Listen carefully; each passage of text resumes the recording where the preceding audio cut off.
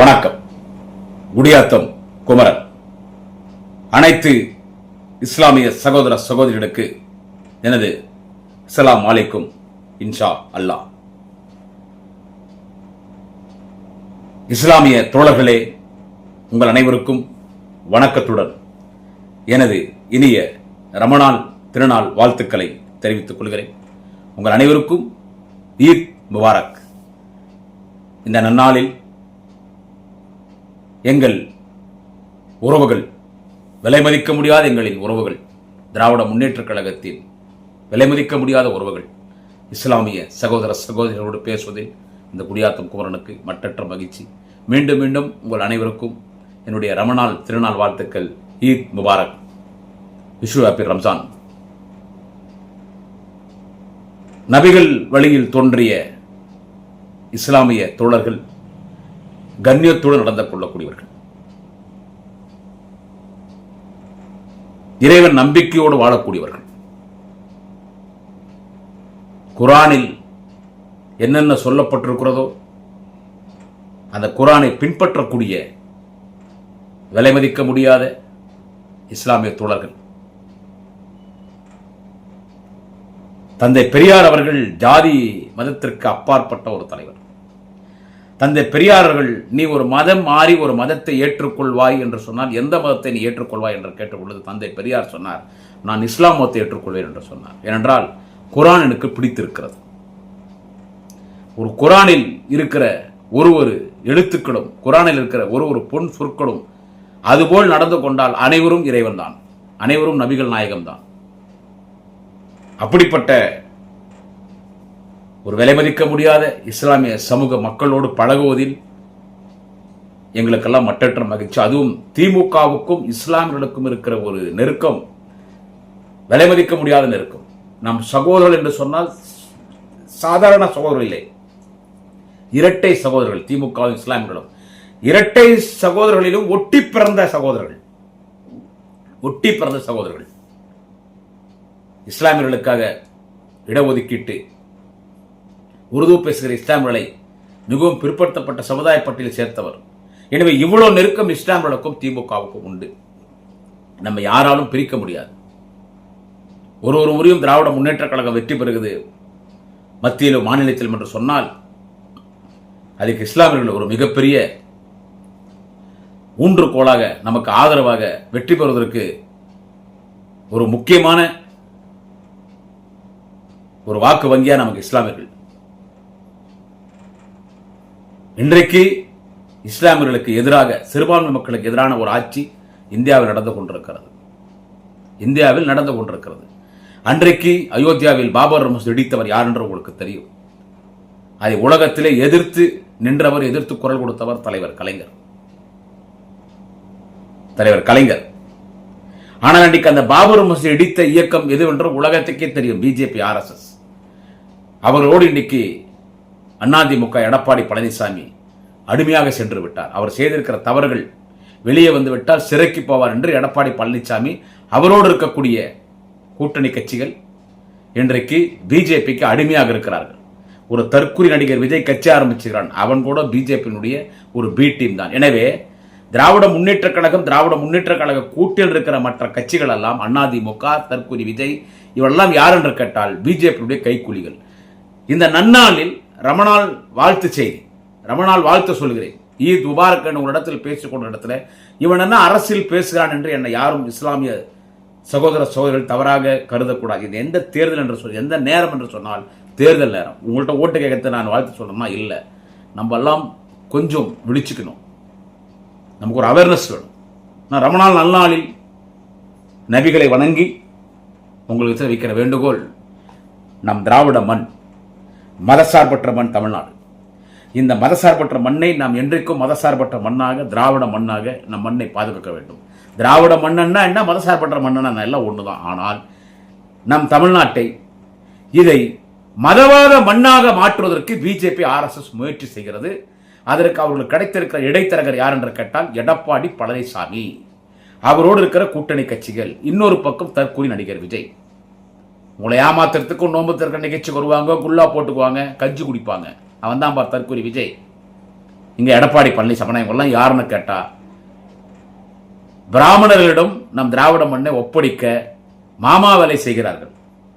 அதிமுக கூட்டணியும் தற்கூரி விஜயாக இருந்தாலும். ஆனால் இந்த திராவிட மண் என்றைக்கும் திராவிட மண்ணாக இருக்க வேண்டும் என்று சிறுபான்மை மக்களுக்காக, ஒடுக்கப்பட்ட பிற்படுத்தப்பட்ட பட்டியலின மக்களுக்காக உழைத்துக் கொண்டிருக்கிற தலைவர் கலைஞர் இதயத்தை இரவலாக பெற்றிருக்கிற அன்பு தலைவர் தளபதி ஸ்டாலின் அவர்கள் கொஞ்சம் நினைச்சு பாருங்க சகோதரிகள். ஏன்னா இது ரமணான் வாழ்த்துக்கள் செய்தியில தான் பேசுறேன். இன்னைக்கு தான் நான் உங்கள்கிட்ட உண்மை பேச முடியும். இறை தூதர் நபிகளை வணங்கி பேசுகிறேன், குரானை வணங்கி பேசுகிறேன். நம்ம இஸ்லாமிய தோழர்கள் ஒரு சிலர் அந்த விஜய் கட்சியில போய் நிக்கிறது பார்க்கும்போது வருத்தமா இருக்கு. அவன் யாரும் உங்களுக்கு தெரியலையா? இஸ்லாமிய சகோதரிகளே, அவன் யாரு தெரியல? அவன் நம்ம மண்ணை வந்து பிஜேபிக்கு விற்கிறதுக்கு வந்திருக்கான். அவனே ஒரு சிறுபான்மை சமுதாயம் தான். பிஜேபி கடுமையாக எதிர்க்க, கொள்கை ரீதியாக பிஜேபி எதிரி என்றான். பொய், பிராடு வேலை. ஜோசப் விஜய் அவன் பிஜேபி கடுமையாக எதிர்க்க வேண்டும். இதுவரை மோடி எதிர்த்து விஜய் பேசியிருக்கிறானா? பிஜேபி எதிர்த்து விஜய் பேசியிருக்கிறானா? கொஞ்சம் யோசிச்சு பாருங்க இஸ்லாமிய சகோதரிகளே, சகோதரர்களே. அவங்க கூட நம்ம போலாமா? அதனால் நீங்களாம் திமுக தான் இருக்கணும்னு நான் சொல்ல வரல, அது உங்க விருப்பம். ஆனால் இஸ்லாமிய சகோதரர்களுக்கு நன்மை செய்த ஒரே இயக்கம், ஒரே ஆட்சி திமுக. அதனால நீங்கள்லாம் வந்து யோசிக்கணும். இது நம்ம வந்து மாமா மச்சானா வாழ்றோம். இன்னைக்கு 6 வீட்டுல இருந்து எனக்கு பிரியாணி வந்திருக்கு. இன்னும் 4-5 வீட்டுல இருந்து வரும் பிரியாணி. நான் சாப்பிட்றேன், எங்க தங்கச்சி வீட்டில் சாப்பிட்றாங்க, எங்க பெரியப்பா வீட்டில் சாப்பிட்றாங்க, எங்க அண்ணி வீட்டில் சாப்பிட்றாங்க, இன்னும் பக்கத்து வீட்டில் கூப்பிட்டு அவ்வளோ பிரியாணி வந்திருக்கு, சாப்பிட்டு இருக்கோம். அந்த அளவுக்கு நம்ம உறவு. பொங்கல் பண்டிகைனா நாங்கள் உங்களை கூப்பிடுறோம், தீபாவளி பண்டிகை நாங்கள் உங்களை கூப்பிடுறோம், ரம்ஜான் பக்ரீத் நீங்க எங்களை கூப்பிடுறீங்க. ஆனா பிஜேபி கட்சியில் இருக்கிறவன் என்ன சொன்னான்னு கேட்டா, ரம்ஜானுக்கு இஸ்லாமிய வீட்டில் போய் பிரியாணி சாப்பிட்றிய, அந்த பிரியாணி நீ வாங்கி சாப்பிட்ற, நீ உண்மையான இந்துவான்னு பேசினவங்க பிஜேபிக்காரன். இதெல்லாம் யோசிக்கணும். நான் இந்த ரம்ஜான் நல்வாழ்த்துக்களை தான் உங்கள்கிட்ட இதை நான் பேச முடியும். நம்ம மண்ணை பாதுகாக்கிற ஆரிய கூட்டம் இருந்து, பாபூர் மசூதி இடித்த அந்த கூட்டமிடமிருந்து இன்றைக்கும் வட மாநிலங்களில் எத்தனை இஸ்லாமியர்களை கொடுமையாக கொள்கிறார்கள் பிஜேபி என்று தெரியுமா? ஒரு மாட்டு இறைச்சி என்றது எல்லாரும் சாப்பிடுறாங்க, எல்லாரும் சாப்பிடுறது. இந்த மாட்டு இறைச்சி விற்பனை செய்யக்கூடியவர்களை போய் கொலை பண்றது.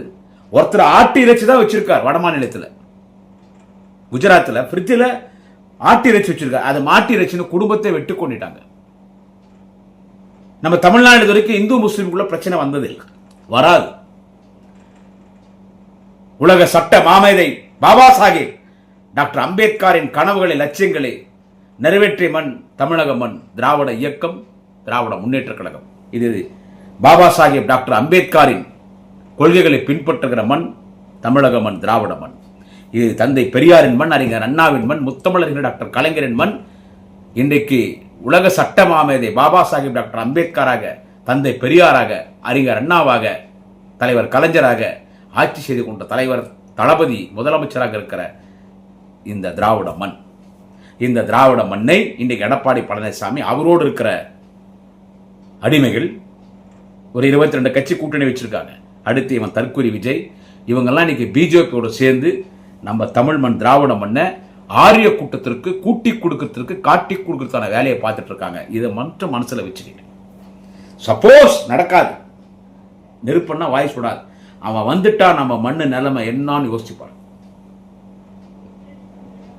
இதுவே இந்த தேர்தல் முக்கியமான தேர்தல். இது வரைக்கும் வந்த தேர்தல் எல்லாம் வேற, இந்த தேர்தல் முக்கியமான தேர்தல்.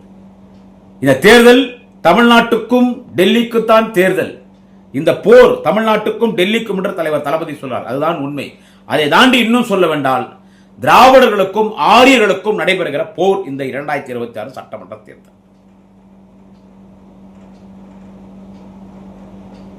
ஆரியர்களுக்கும் திராவிடர்களுக்கும். திராவிடர்கள் நான், நீங்கள் இஸ்லாமியர்கள், கிறிஸ்தவர்கள், இந்துக்களில் பிற்படுத்தப்பட்ட, மிகவும் பிற்படுத்தப்பட்ட, ஒடுக்கப்பட்ட பட்டியலின மக்கள் நாம் திராவிடர்கள். இஸ்லாமியர்கள், கிறிஸ்தவர்கள் நாம் திராவிடர்கள்.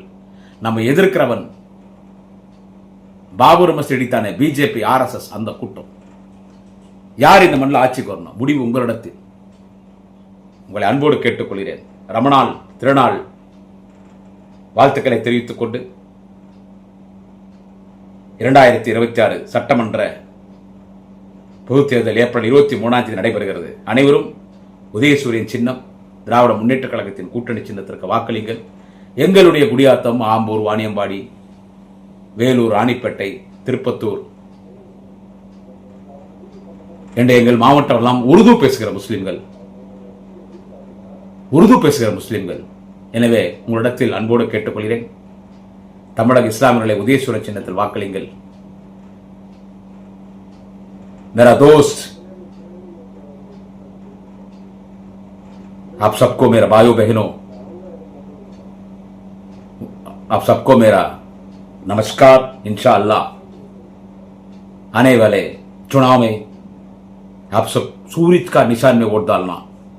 हमारा दलपति स्टालिन दूसरा बार सीएम का कुर्सी में बैठना है, वो काम आप करना है. दूसरा बार हमारा लीडर दलपति स्टालिन, हमारा तमिलनाडु का सीएम, हमारा भैया अण्णन उदयनिधि स्टालिन डिप्टी सीएम, हमारा डीएमके कैबिनेट, आप सब हमारा दोस्त, हमारा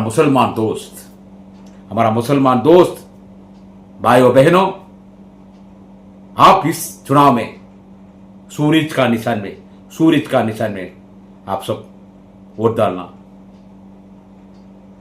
மறவாதீர், நமது சின்னம் உதயசூரியன். மீண்டும் உங்கள் அனைவருக்கும் ரமணான் திருநாள் வாழ்த்துக்கள். ஈத் முபாரக். நன்றி, வணக்கம். குடியாத்தம் குமரன். நமது சின்னம் உதயசூரியன்.